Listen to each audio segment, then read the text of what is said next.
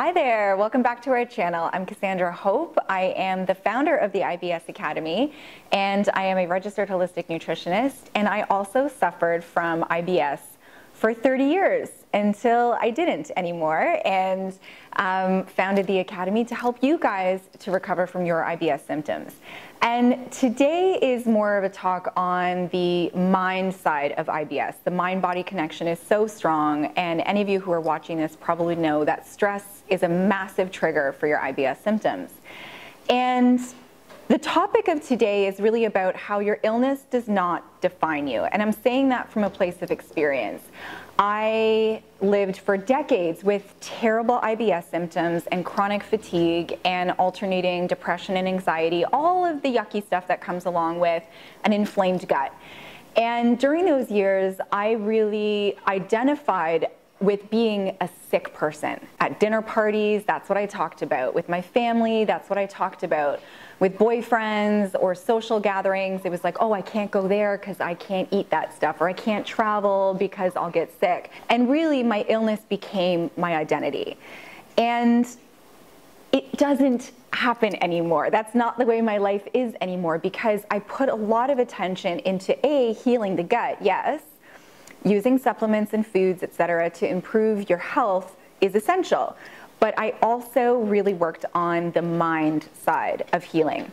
So I'm talking to you today about how to use some strategies, some really effective coping strategies or tools to move through being stuck and oscillating in that mindset that you are your IBS or your SIBO or your food intolerances or your symptoms, right? Because you're not. You're really not. The number one thing that I would recommend doing is to identify your inner critic.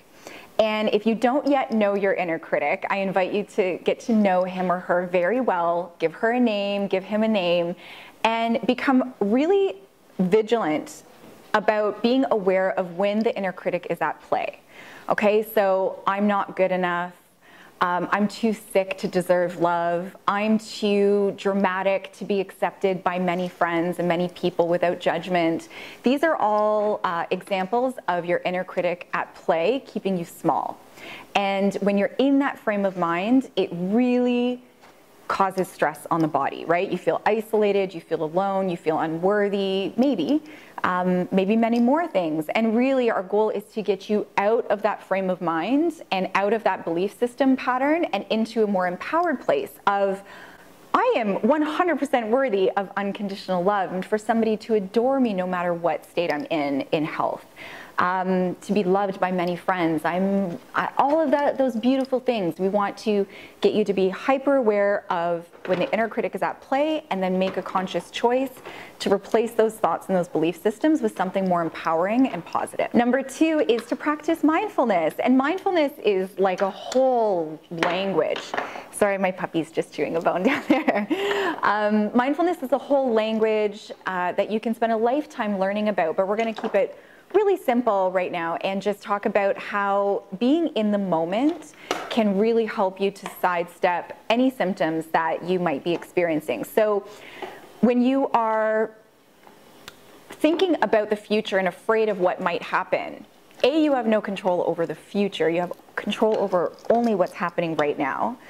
B, when you're worried about stuff that's going to happen in the future, that tends to cause anxiety, right? On the opposite side, if you're regretful or playing out situations that happened in the past and that's leading to depression, that's very common, where you're like, oh, I should have done this, or I wish this was different. And you're just stuck in that frame of mind of, doom and gloom, right? Nothing good comes from that. There is no fertile soil there. It's done, it's gone, it's left behind. All you have control over is right now. And look around right now. Yeah, you might be dealing with some difficulties, everybody is, but chances are you have a roof over your head and a fridge with food and at least one person who loves you dearly, and you're safe, and you can do things to move through those issues that you might be dealing with right now, but those issues don't define you. You are all of the other amazing, beautiful qualities. You're the artistic stuff, the person that will give the shirt off their back to their friend, the person that is adventurous. That's who you really are. right? So being in the moment, stay present, practice mindfulness, and let go of anything that isn't serving you, that isn't helping you. The third and last point is comparison kills growth and healing. Okay, say that again. Comparison kills growth and healing. So if you are looking at your best friend or the girl at the gym or the guy in the office who seems to have tons of energy and is highly efficient and producing tons of, great content, or is able to do a workout without pausing and stopping, you're seeing these people that are like high achievers. You have no idea what's going on in their life. You have no idea what difficulties they're facing or symptoms or health issues they're facing. And I guarantee you, they are facing their own life challenges. So never compare yourself to anybody else. The only thing that matters is what you're experiencing in your own mind, in your own life. Keep your blinders on and stay focused on you. Okay, so there is a ton more information that you can read about in my blog, Your Illness Does Not Define You.